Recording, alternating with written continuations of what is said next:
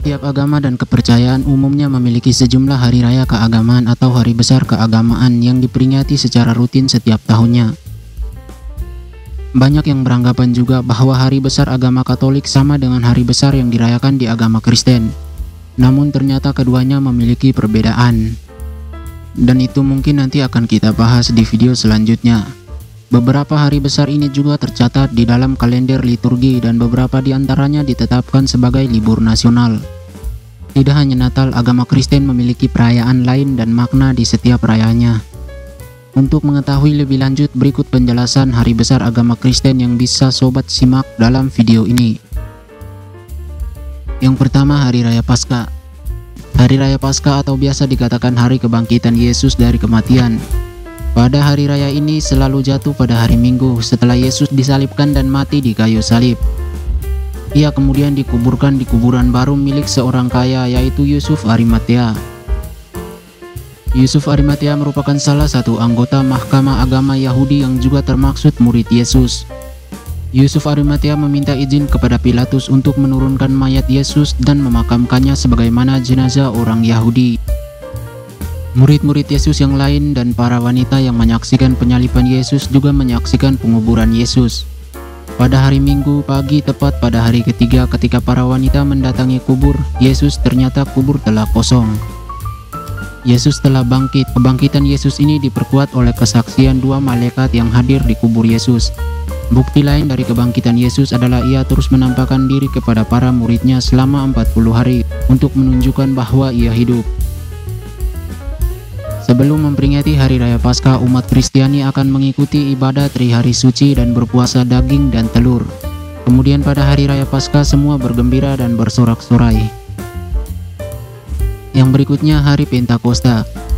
Hari Raya Pentakosta juga bisa dikatakan Hari Raya Pencurahan Roh Kudus. Hari Raya Pencurahan Roh Kudus ini diperingati 50 hari setelah Hari Paskah atau 10 hari setelah Yesus naik ke surga. Pentakosta dalam bahasa Yunani memiliki arti ke-50. Hari Raya Pentakosta ini selalu jatuh pada hari Minggu. Dalam bahasa Ibrani, Pentakosta berarti Shavuot, yang jika diterjemahkan dalam bahasa Indonesia memiliki arti minggu-minggu.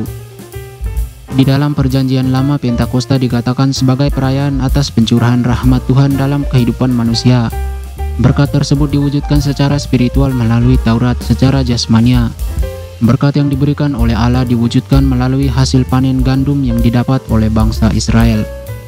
Sebelum Yesus naik ke surga, ia sudah memerintahkan kepada para muridnya untuk tidak meninggalkan kota Yerusalem sebelum mereka diperlengkapi dengan kekuasaan dari tempat tinggi.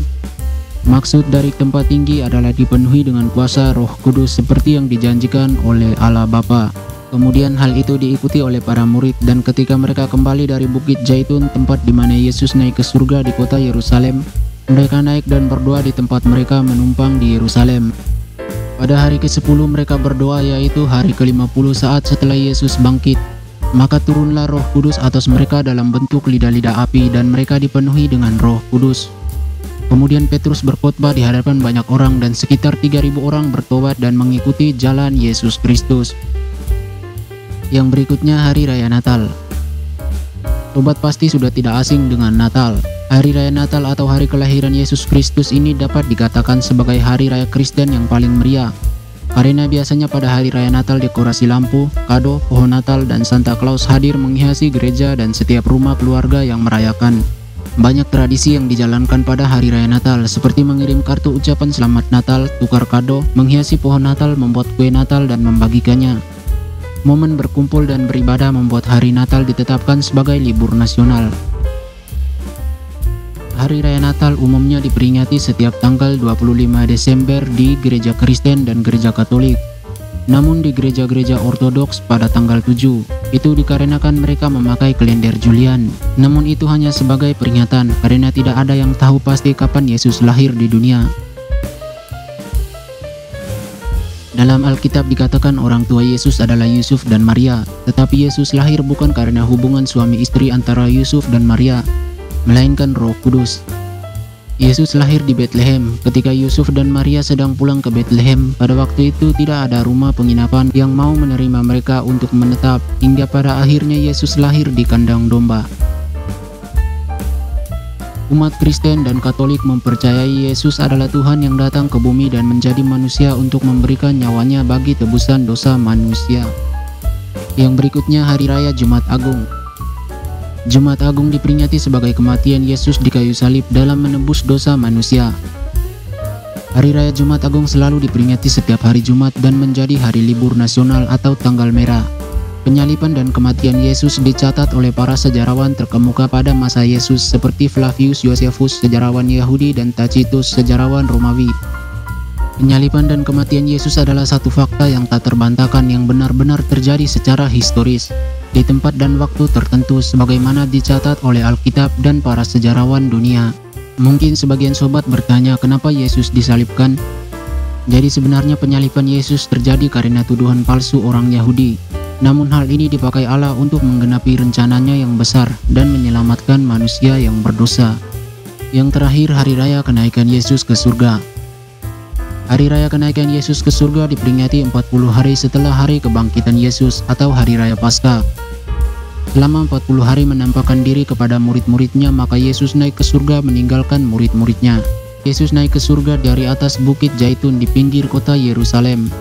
Saat ia naik ke surga, para muridnya menyaksikannya. Setelah ia naik ke surga, Alkitab menggambarkan bahwa Yesus duduk di sebelah kanan Allah. Makna istilah duduk di sebelah kanan Allah memiliki arti, otoritas, dan perkenanan. Saking pentingnya hari raya ini menjadi salah satu hari libur nasional di Indonesia. Nah, itu dia hari besar agama Kristen. Selain itu ada banyak fakta tentang agama Kristen yang perlu sobat ketahui. Di antaranya agama Kristen atau biasa disebut gereja Kristen memiliki banyak aliran seperti Protestan, Ekumenikal, Injil, Baptis, Metodis, Advent, Karismatik, dan banyak lagi yang lainnya. Oke, sekian dari Mimin dan sampai jumpa di video selanjutnya.